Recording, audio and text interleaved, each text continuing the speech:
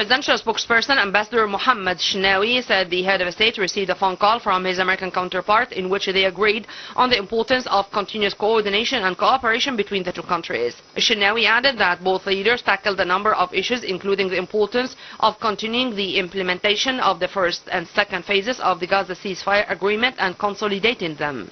El-Sisi and Trump reviewed bilateral ties, asserting the will to boost economic and investment relations, cooperation in the field of water security, and the keenness of both sides to maintain regional security and stability, as President Sisi stressed that the international community resorts to Trump's ability to put an end to the Middle East conflict and reach a historic settlement for the current crisis.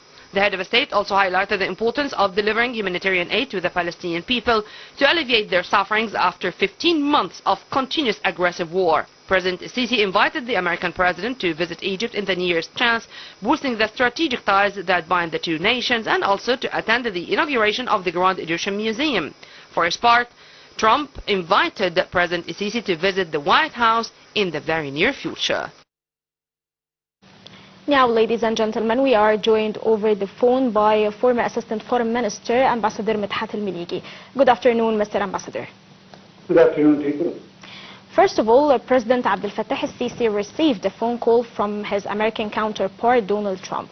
In what way the phone call would impact the path of cooperation between both sides? How can Egypt benefit from this cooperation in different fields with the U.S.?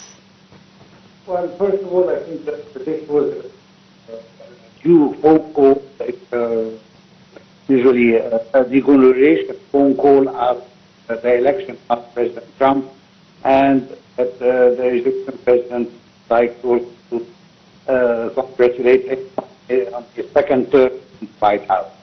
I think this was the first thing both presidents had. The second, as we have seen in various reports, two presidents have spoken about some pressing issues in the region of the Middle East on one hand, and they spoke about the water security on another subject. And but water security, we are talking about problems as always been happening unilaterally. Ethiopia built Renaissance map and affecting the ratio of the Blue Nile, which constitutes the most important of the. So, well, of course, this was what's published, but I believe that maybe more issues were discussed in detail, such as the next step or the day after in Gaza, especially after President Trump has declared Gaza has become inhabitable, and maybe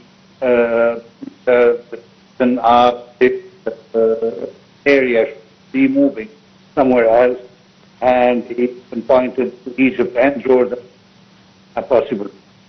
And of course, we've seen the reaction, whether officially from the President of the Republic himself and the Prime Minister and the Minister of Foreign Affairs, who all declared that this is acceptable, and also from the Egyptian people who demonstrated that we have seen them for the last 2 days in Rafah to express their solidarity with the Egyptian president in his decision not to liquidate the Palestinian issue by accepting the Palestinians to come to Egypt on temporary or permanent basis.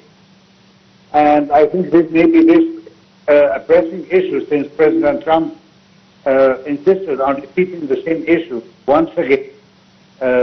And although that even many members of his cabinet have seen that this is a step that not be done, not to mention, of course, the Europeans who had also a different point of view, saying that this constitutes a violation of the international law. We've seen the declarations from the German Chancellor and from the French President about this issue. So I believe that this issue has been settled, at least from our point. And when we are talking about the River Nile and water security, that Yes. President Trump have discussed with the Egyptian president. I believe that Mr. Trump, during his first presidency, have given this file to, at the time, the Minister of Treasury, Mr. Stephen Mnuchin, who led the negotiations between Egypt and Ethiopia in Right, 2019, Mr. 2020. Ambassador Medhat Meligy, thank you for being with us today in our news coverage. Thank you so much. Ladies and gentlemen, now we will go to a short break and come back again. Stay with us. Strategic